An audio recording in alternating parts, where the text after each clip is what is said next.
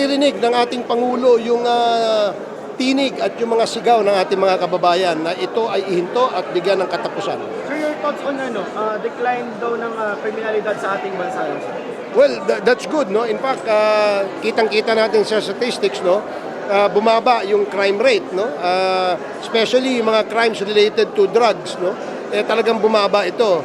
Isang patunay na meron palang strategy na pwedeng i-implement na hindi kailangan magkaroon ng patayan, no? Isang magandang imahe ang nakikreate nito.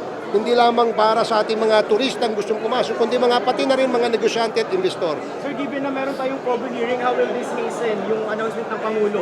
Well, next is we continue with the POGO investigation at dapat panagutin yung mga dapat managot. No? Dapat may accountability.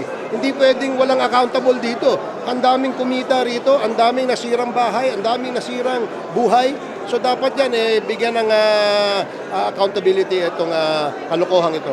Sir, because of picture of the process po, will Congress have to create an enabling law to effectively ban the POGOs po? I don't think that's necessary. No? There's no necessity to pass a law, no, to totally ban this. Kasi ano lang to ito ay isang online gaming platform which the Constitution does not prohibit, no?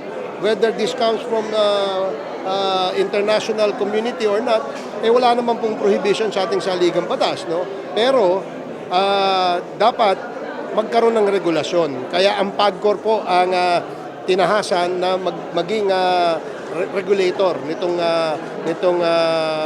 game na ito. Tinatawag nilang IGL.